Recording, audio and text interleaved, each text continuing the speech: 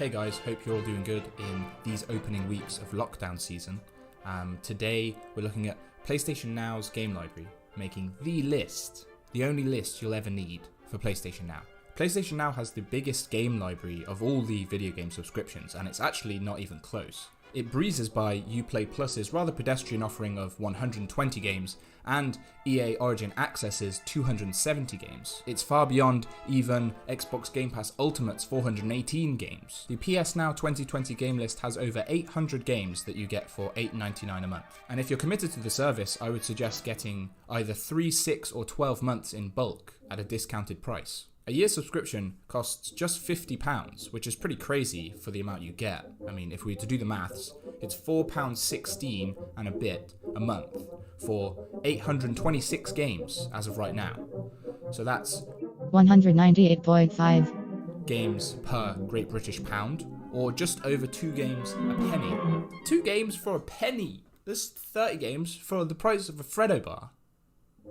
If you don't know what a Freddo bar is, or if you don't know how much it costs, a roll of quarters will get you 2 months PlayStation Now, which is like 1,652 games.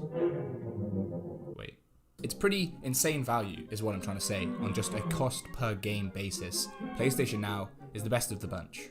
And did I mention it's on PC, and it's all streaming, and the streaming is actually pretty good, so it is pretty much just a case of find a game, click on it, wait a minute, and you're good to go. Or you can download all your games on your PS4 console. That's also an option. So if you thought I was going to actually sit here and list out all 826 games, then you're sadly mistaken. There's actually already a video that covers every game on PlayStation Now, so you can go watch that if you want, but it didn't keep my attention for too long. I don't even think it kept the attention of the guy making it. Pure pool, pure hold'em, and pure chess.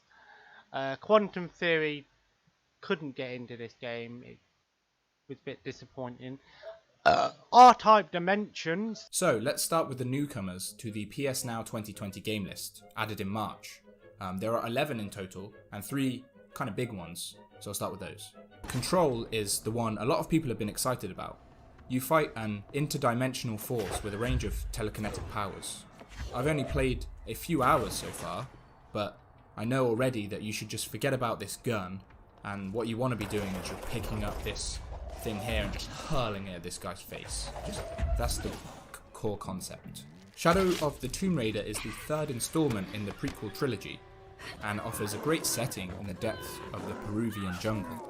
But the story, combat and traversal are very much middle of the road, and Lara ends up stuck between the thrill-seeking explorer of old and the young, gritty teenager that started this reboot. When you combine them, it makes for a kind of underwhelming conclusion to the Lara Croft origin story.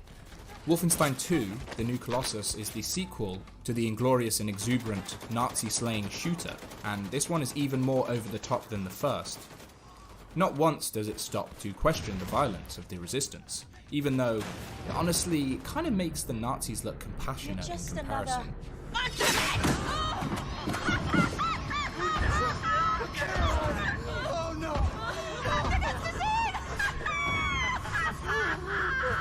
Okay, I take that back. I guess when the Third Reich are the villains, you can make a game as brutal as you want, and Wolfenstein 2 definitely finds its energy from that brutality. So they're the main ones, but there are also Dead or Alive 5, NASCAR Heat 3, Knights of Azure 2 and 3, Romance of the Three Kingdoms 13, Toukiden 2 and Toukiden Kiwami, and Warriors All-Stars. Just remember that the bigger games won't be on PlayStation Now forever. Control and Shadow of the Tomb Raider are on there until the 31st of August, so you've got until then to play them. Alright, so that's 11 of 826 covered. But what about everything else? As I said, there's not much point listing off the game list in its entirety R-Type because I want to give my opinion and help you form your own. So these are my personal highlights from the PS Now 2020 game list. Let's start with the categories on the PlayStation Now app. The main allure of PlayStation Now on PC is that it grants access to PlayStation exclusives that you otherwise couldn't play unless you owned a PS3 or a PS4. Right now, you can play Uncharted: The Lost Legacy. Originally announced as DLC for Uncharted 4, The Lost Legacy became a standalone title. And this is the first Uncharted game I've played, and it was a little jarring having that game be the finale to the series. It's rip-roaring, treasure-hunting fun throughout though, which I'm pretty sure is what an Uncharted game is supposed to be. I had a blast playing it, and it packs plenty of adrenaline-fueled action into its 7-ish hour runtime. That makes it shorter than other entries in the series, which is to be expected from a story that was originally going to be DLC. It's also a good thing, as you don't have much time left to play it. Lost Legacy leaves PS Now on the 7th of April. So get going. Go. Well, not yet. Until Dawn is like being the director of your own teen horror B movie. Oh my no. You take control of a group of friends who return to this big, spooky, remote log cabin in the mountains. That's huge red flag number 1. Exactly 1 year after 2 of the group went missing, and that's huge red flag number 2. There's plenty of tension, mystery, and jump scares, and your actions decide who lives and who dies. Horizon Zero Dawn is another game with a tremendous atmosphere. The Embrace is a beautifully designed world that somehow perfectly blends machinery and Celtic warrior tribes. I found the stealth and the combat, which are Horizon Zero Dawn's main gameplay mechanics, to be a little bit thin. But it's still worth exploring the Embrace to have a go taking down these giant machines and admiring their spectacle. Horizon Zero Dawn leaves PS Now on the 7th of April as well. Hey, have you guys heard about this game called Dark Souls? Of course you have. It's the best game of its genre. It defined a genre.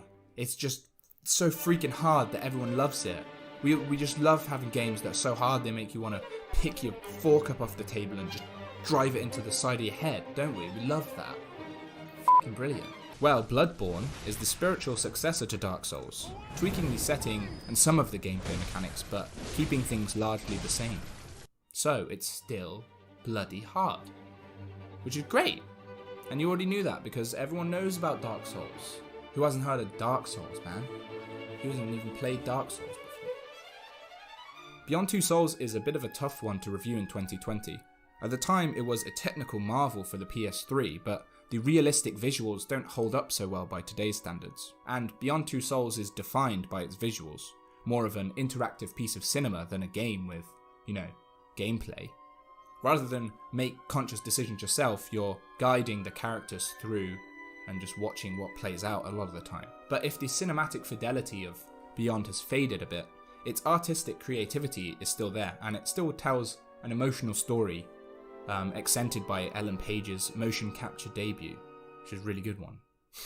God, it's really good. The Last of Us was Naughty Dog's move from no-frills tomb raiding of Uncharted to post-apocalyptic dystopia, and it was an absolute triumph. The Last of Us is technically a zombie game, but its focus is on the throes of survival and life after the apocalypse, and central to this is the relationship between Joel and Ellie. Unfortunately, this one isn't the PS4 remastered version, but this game still looks great on PS3, even 7 years later. It's one of the biggest and best PlayStation exclusives out there, so if you haven't played it yet, now's your chance, especially given the current state of affairs we're in. Because this could be us in a couple months. Were we sick? No, of course not. How do you know? Just saying. Arcade games are perfect to pick up and play, especially when you're streaming games on PlayStation Now. And they don't drain all your money anymore, like when they were in the arcade. Metal Slug was always high on my list of games to play when visiting an arcade. Like all of the others, it's fun and frantic side-scrolling, but I did notice some input lag when trying to move quickly around the map. But fortunately, as I said, you get unlimited continues. Ah yes, PUBG, the grandfather of the Battle Royale genre, the one that started it all. And that's the only reason it's on this list, to be honest. Personally, I don't find crouch walking around a desert for 20 minutes before getting shot is very fun. Also keep in mind you'll need a subscription to PlayStation Plus for this and any game that you want to play online. Sniper Elite 4 is the 4th edition of the slow motion testicle shooting simulator, and it has the best slow-mo testicle shooting mechanics to date.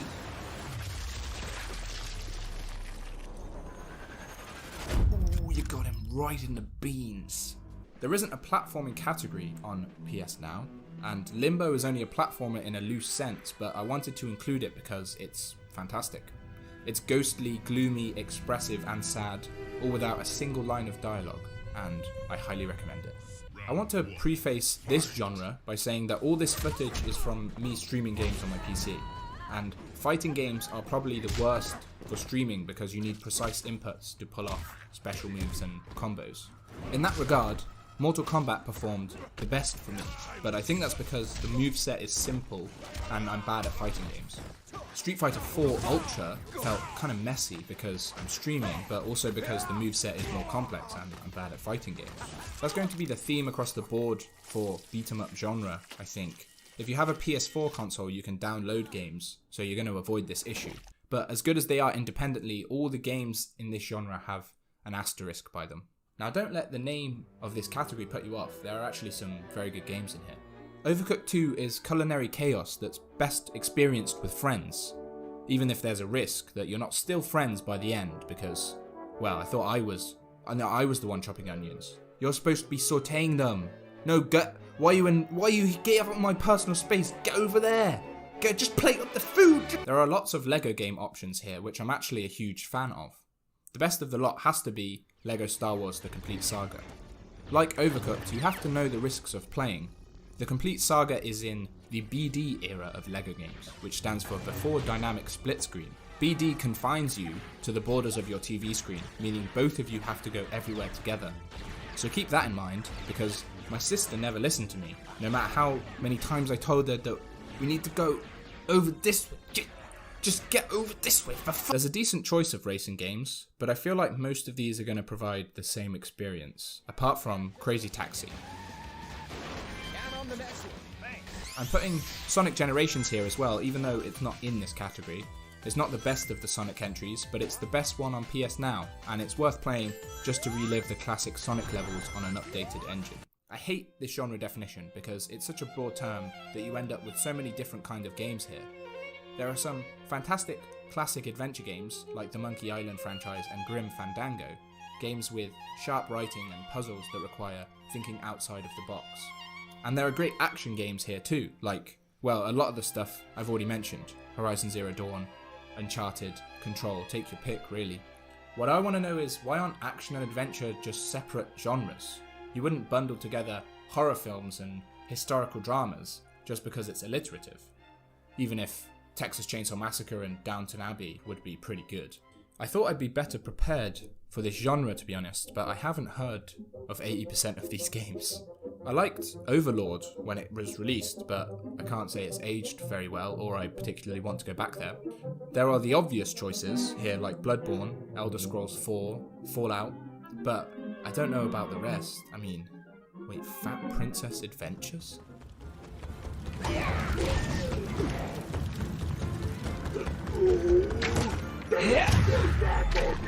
Okay, this actually wasn't as bad as I was expecting. It's nothing special, but it's not awful. So, go play Fat Princess Adventures if you want. I just don't know why they bother with this genre. I don't hate sports games, but subscription services so far put up such measly offerings in this genre. Like, should we play some Don Bradman Cricket 14? How about Yama Yama? Oh, what about Champion Jockey, G1 Jockey and Gallop Race?